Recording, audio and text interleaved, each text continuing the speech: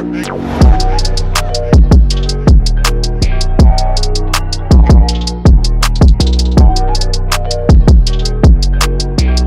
welcome back to Rise of Sports, and I'm back with another video.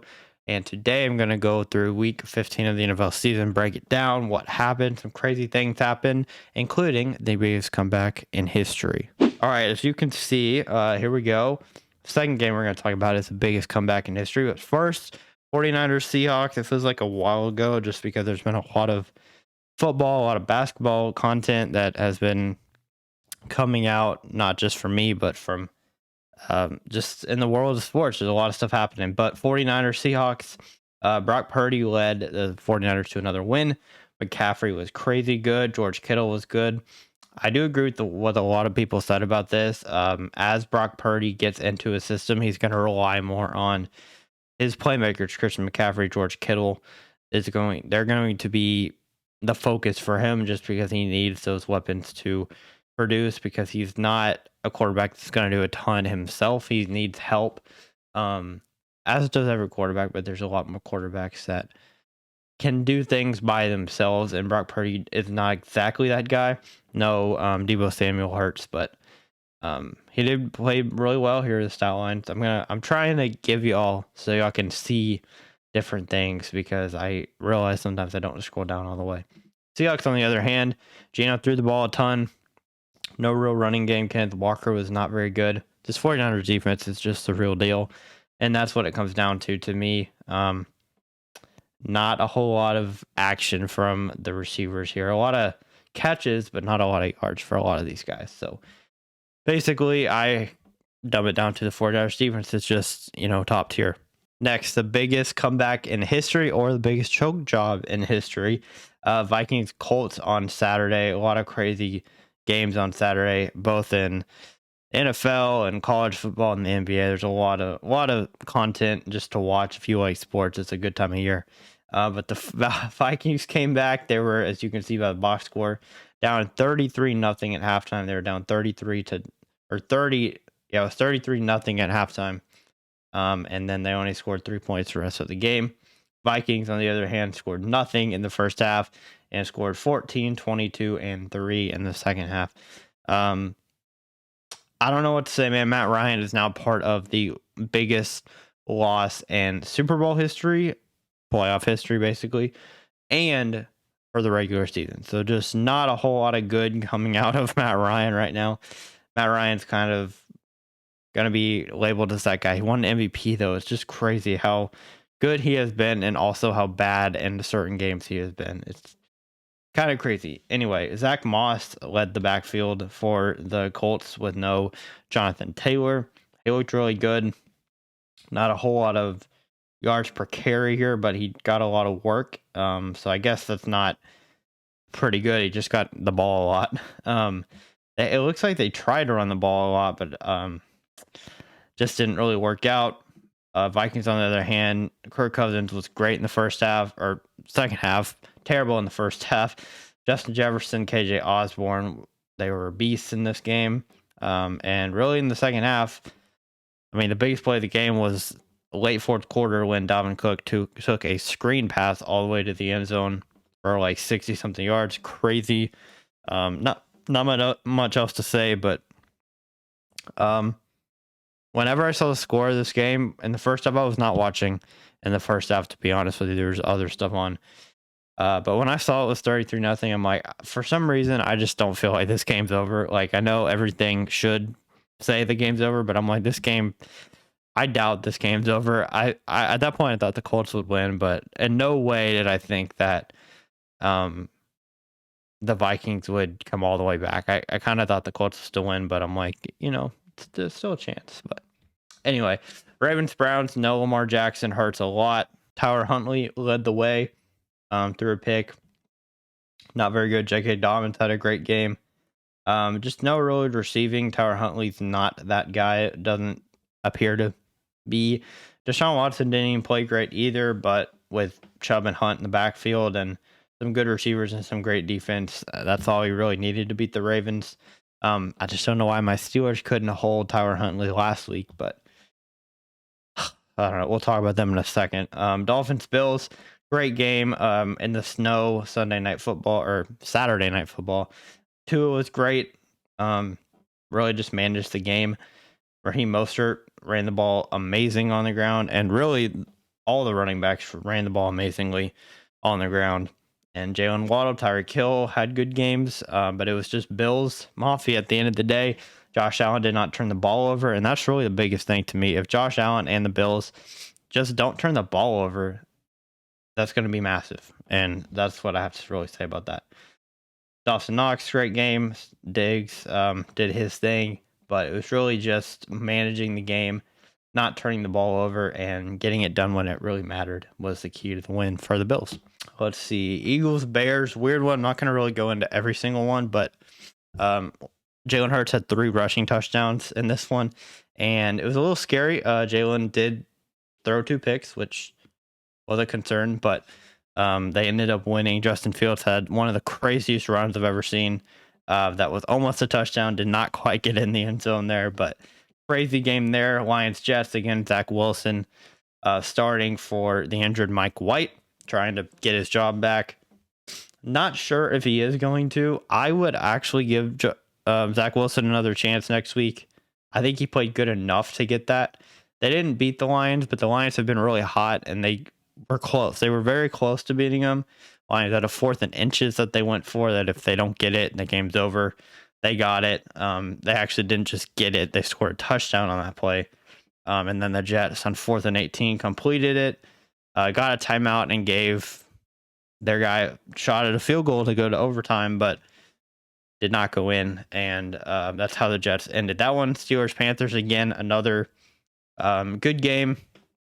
Steelers have still a chance to win 9 games and go over 500 for Mike Tomlin, but it's going to be tough. You play the Browns and the Ravens again, play the Raiders next weekend on Christmas Eve.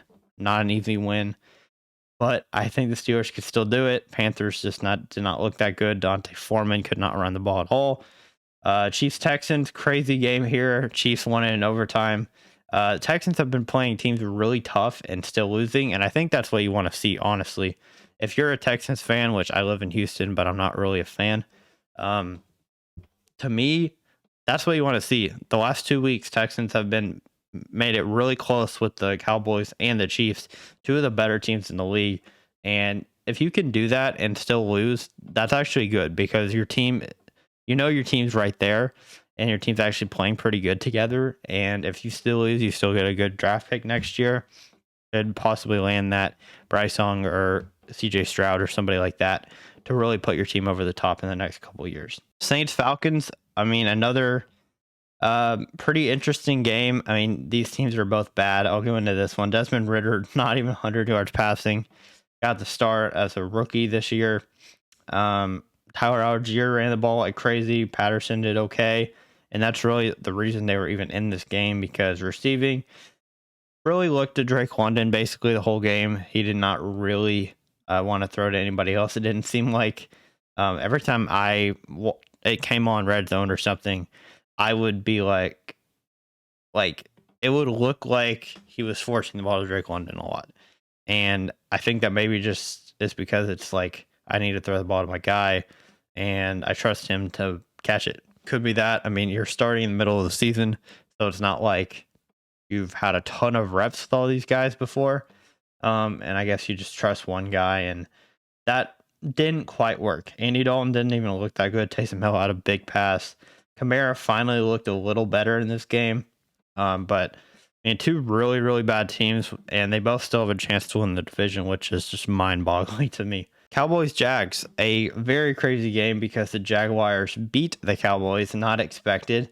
Dak threw a couple bad interceptions, and it's just the turnovers. It's killer. Turnovers are killer in the NFL, and when you turn the ball over twice, not going to help. And Trevor Lawrence only turned the ball over once. Travis Etienne played well.